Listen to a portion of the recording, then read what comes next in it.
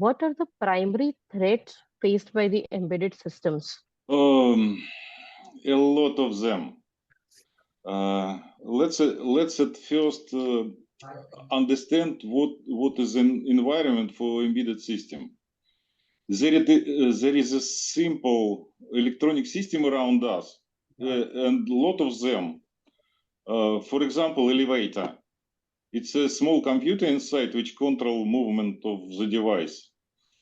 Heating, ventilation, and air condition system in modern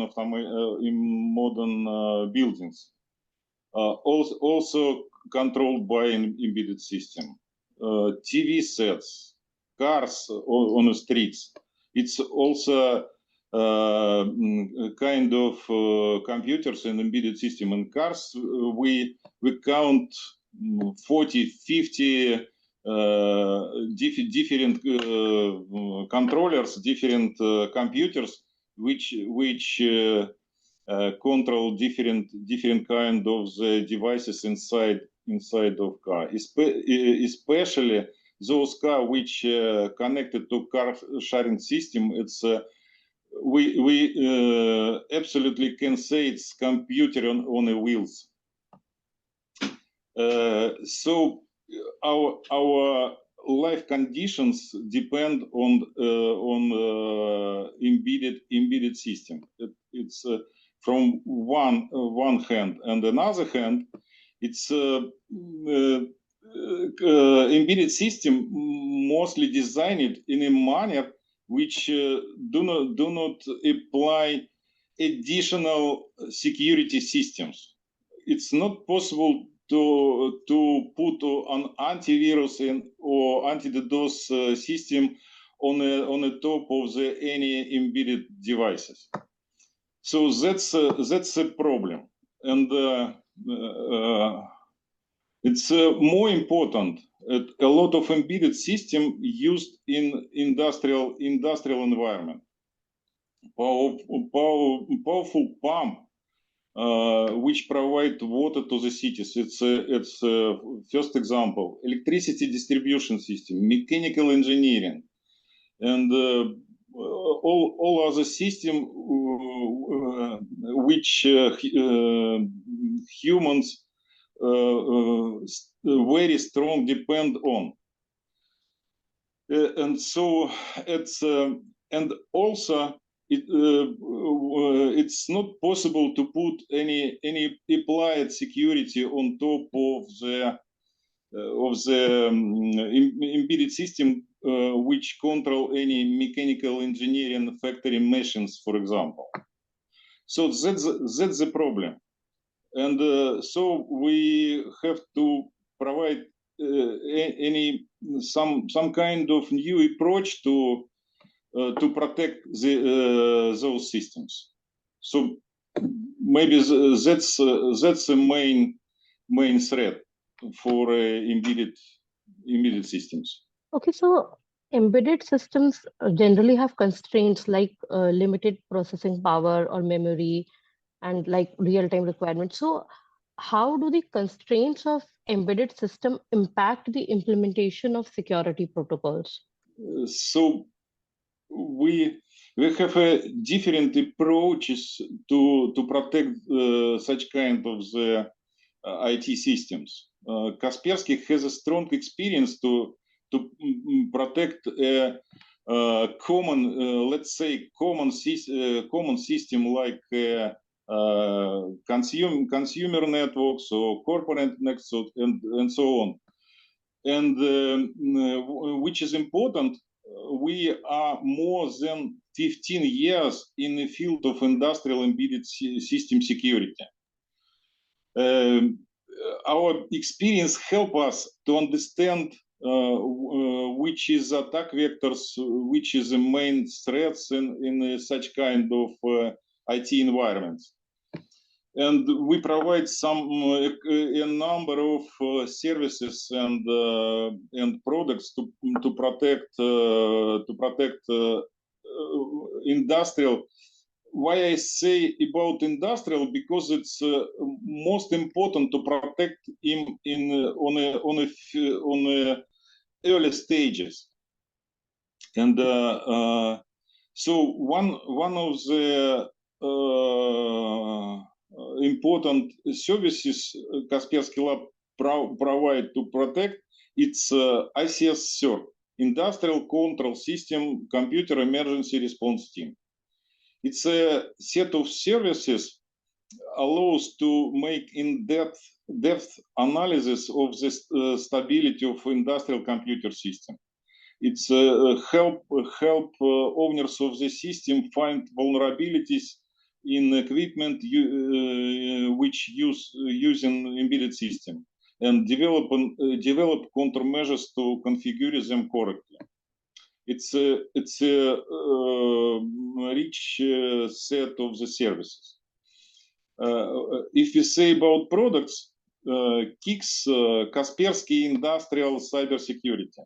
It's a system designed to protect technological industrial networks from attack on software and networks using in that kind of environment.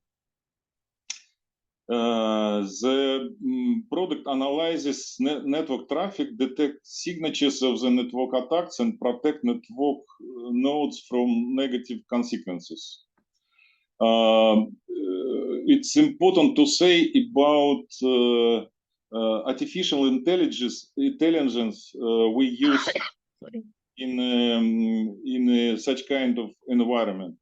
We have a so-called MLAD, Machine Learning Anomaly Detection System.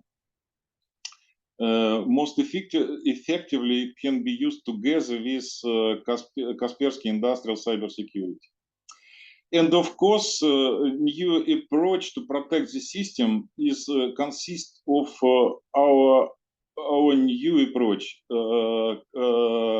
Kaspersky operation system. We call it Kaspersky OS. It's a special basement for any new or using a modernization of embedded system to make them resilient to the different kind of attack vectors. Okay, so you talked about AI and ML. So how artificial intelligence and machine learning is helping in cybersecurity, and how your company is using it? Difference in a normal approach and artificial intelligence approach is in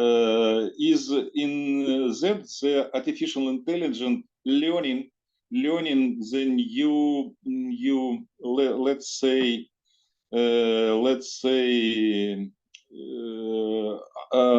anomalies of which exist in network traffic in our case, and so it compare it with a normal behavior of the network and the computer system inside the network, and make it visible to operational people to understand some kind of the unusual behavior inside of the industrial network. Some kind of this approach.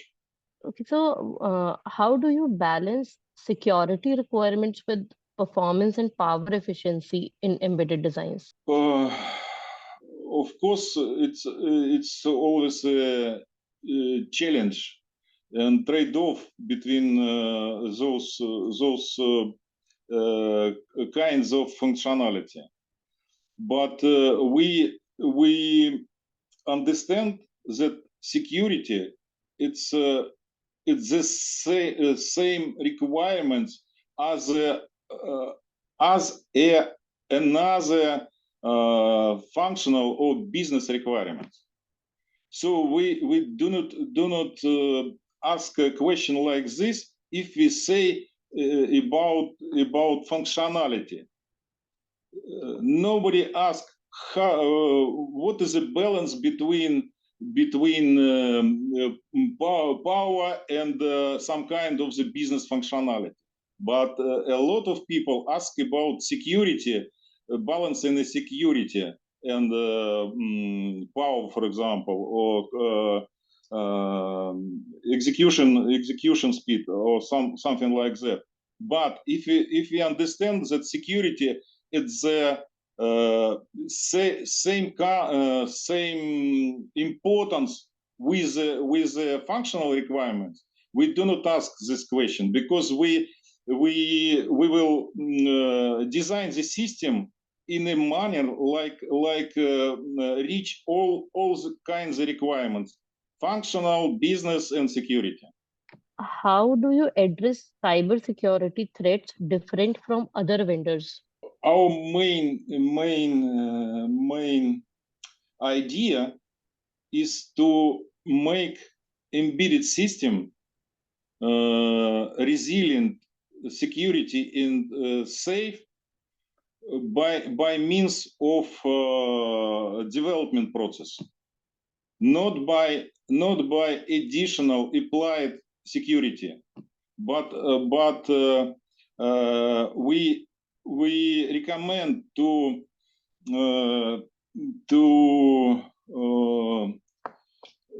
reach the goal of security or reach the goals of the security during the design process, not after design. After designing some kind of IT system, but during the process. So that's the main difference. And to make this possible, we provide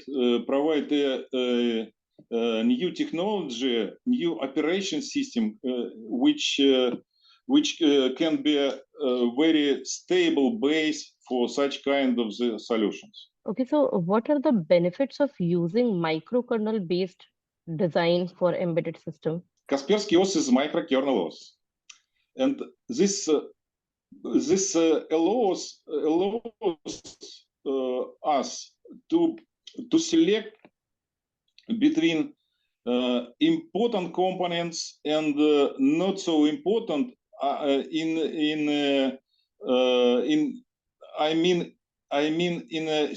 to reach security goals. We divide all components of the operation system and application on top of it in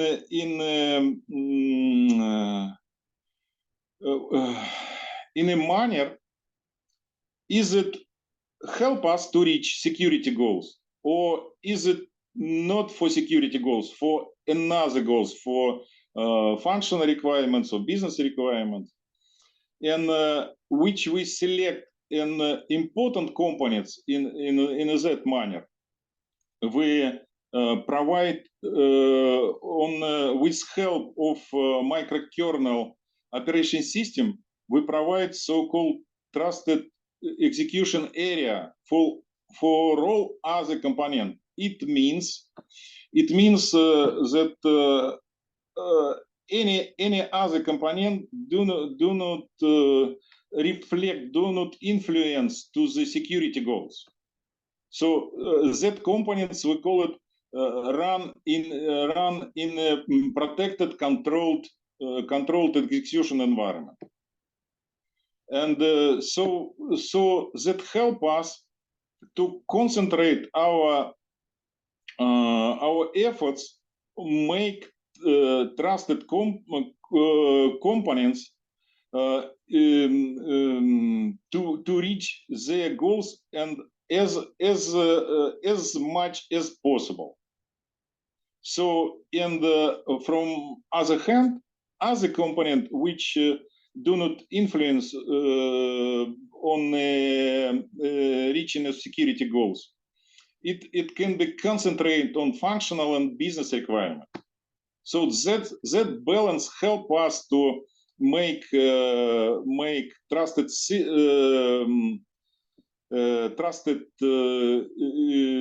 IT system at low cost. So that's the main goal we gain from microkernel design. So there is a difference between embedded OS and general purpose OS. So what is the basic difference between them in terms of security?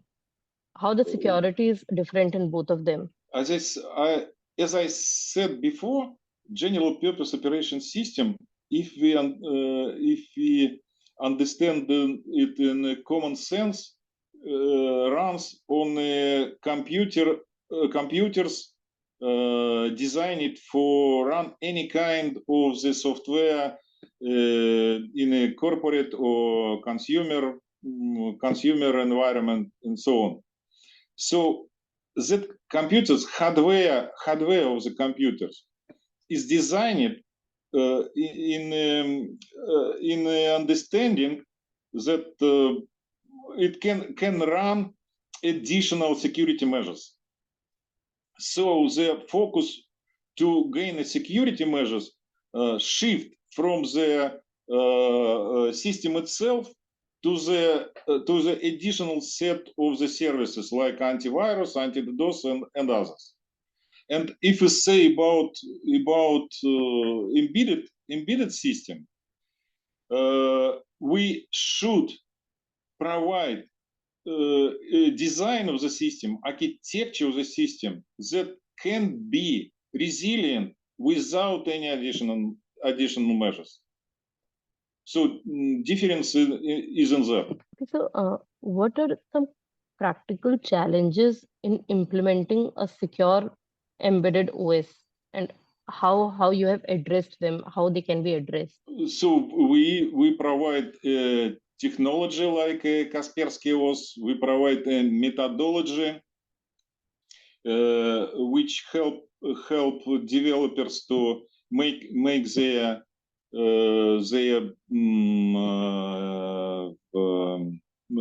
IT solutions resilient to any kind of the modern attack vectors, new attack vectors. Most important, our methodology help developers address the threats which we cannot understand now. For example, we can address a new artificial intelligence threats which will appear in some time in the future, and we can provide develop IT systems resilient to future threats. Okay, so given the rise of remote exploitation techniques like firmware vulnerabilities, what best practices should be followed to ensure secure OT updates? Let me step one step before. We provide a kind of methodology to help developers address the different scenarios, different common scenarios, like an update you mentioned, or login some trusted login, for example, on and all others. It's also all templates we provide based on the main approach, but addition to our main approach, we provide a number of templates which address certain scenarios, like an air update, for example. It's but it's very difficult to express an idea of how to protect this scenario just in some words. It's a very complicated process, and we provide a strong scenario, strong template how developer can implement trusted update. It's a part of the methodology we provide to developers. Okay, so what industries benefit most from embedded security solutions? A lot of them I already mentioned in the beginning, but I can repeat. For example, transportation, industrial control system, building automation, warehouses, a lot of it's a common term, Internet of Things, or more precisely, industrial Internet of Things. So in all these areas I just mentioned and the others, it's will take a strong benefit of the approach we provide. Okay, so how do the security needs of the consumer IoT devices differ from those critical infrastructure like you talked about telecommunication or energy, etc.? How the security needs are different? I can tell some strange idea, but in my opinion, security approaches the same. Level of the security we can reach in a different kind of the systems is different, but approach is the same. We recommend to divide any kind of the system in different kind of the component inside, but with possibility to control flow between components inside the system and monitor them against a security policy. It's our main approach, and we recommend it use for consumer devices, transportation devices, industry devices, network devices, and all kinds of the devices.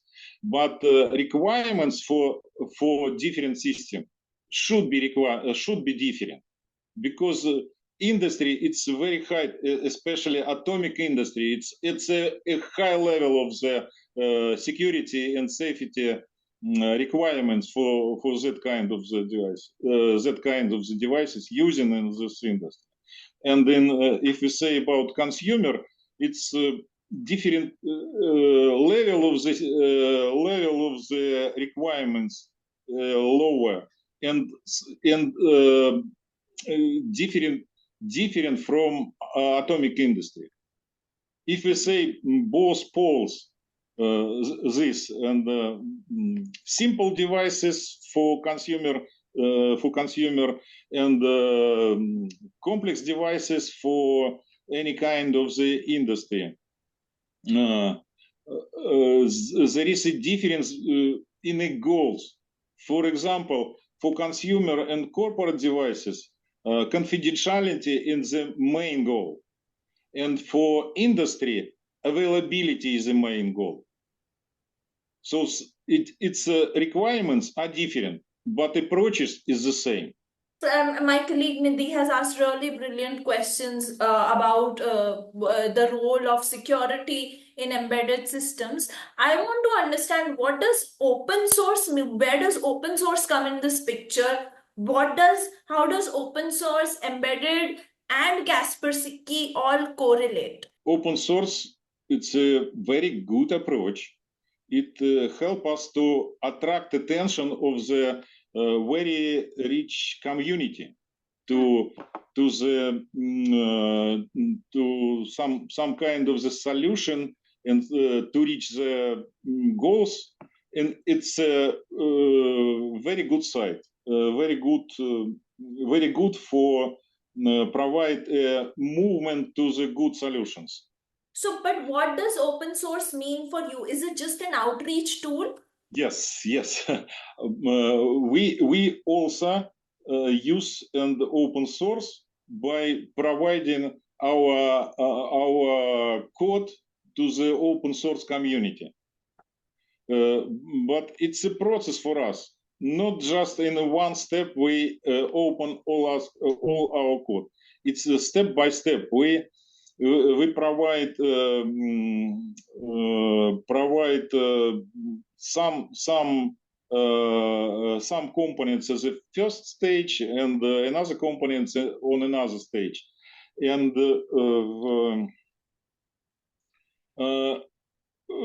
as a security specialist, we clearly understand is security by obscurity. It's a wrong approach. It's absolutely wrong. So we already open our code in a security sector or other, and invite open source community to make their applications, make their services with our help. And what is important, we already have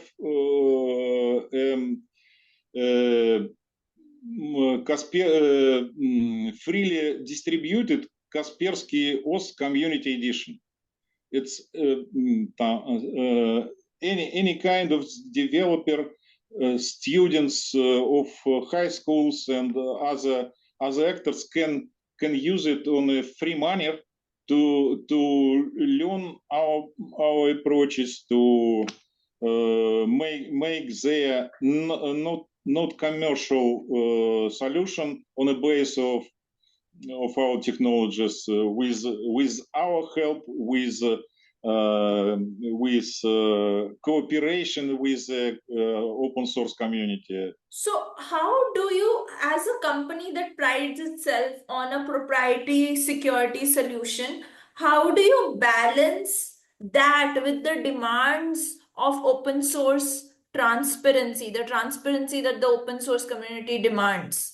So how do you balance that? Cannot say we think about the balance. We just go in that direction. It's as I said before, it's not a single step to open all our proprietary code to the open source. It's step by step, and we go to this direction. Sooner or later, we will open most of our code, but it's a process. We are on the way. Do you have any open source solutions specifically for embedded systems or deploying on security over the edge for edge devices? If you ask about commercial solution, we do not have this. But we go to that direction, as I said before. Just now we have no commercial solution. Okay, and open source solutions are very much susceptible to attack. We've seen Log4j, everybody talks about it. So what, as a company that deals primarily in cybersecurity, and prides itself over developing really secure, reliable cybersecurity solutions, what do you have to say about the vulnerabilities that open source brings along with itself? First of all, it should be experience, and it should be a specialist. It doesn't matter. It's open source specialist and or proprietary corporate specialist. The specialist should have high profile to make solution secure and resilient, and we help to study community in that case. We already have a very strong experience in the security, as I said before. It's Kaspersky provides security. Kaspersky company, I mean, provides security solution since like last century. So we already have a strong experience in that, and we provide our knowledge to study community. Also we try it in open source community also. So do you utilize these open source projects and components as a part of your research in your cyber security research team? We are going to go in that way, but I cannot say we done all the things like establish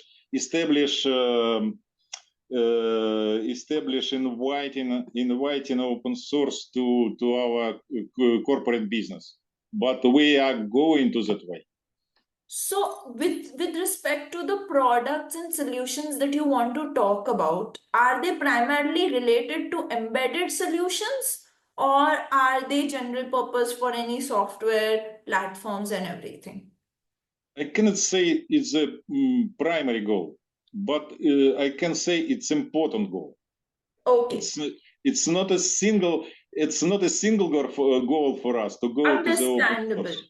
No, so what I am trying to understand is what today in this conversation, the objective is to talk about embedded solutions, the Yes, solutions that you definitely. have for embedded systems. Yes, definitely. Yeah. How do I understand what does open source mean for Kaspersky? Our history consists of the priority solutions, but we understand as a company on a top level of the manager of the company is a strong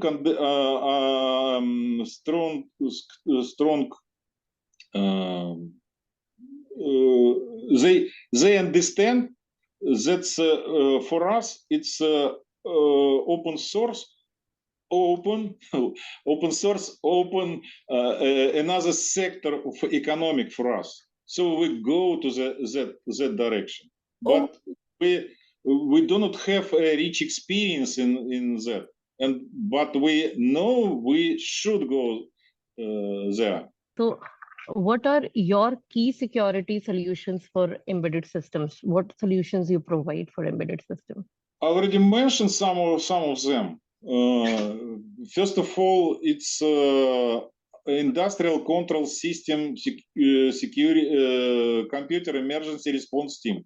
It's a rich set of services to find vulnerabilities, to help owners to configure the system in the right way. It's all about we call it industrial, but we mean that embedded that systems is mostly embedded, not on 100%, but most of them embedded. And в Kaspersky industrial cybersecurity, it's a product which help to protect a network of embedded / industrial system. It was a pleasure speaking to you. Thanks a lot. Thanks for your time. Thank you for your interest and so complicated questions. Thank you very much. We are glad to help you to understand our position, our intentions.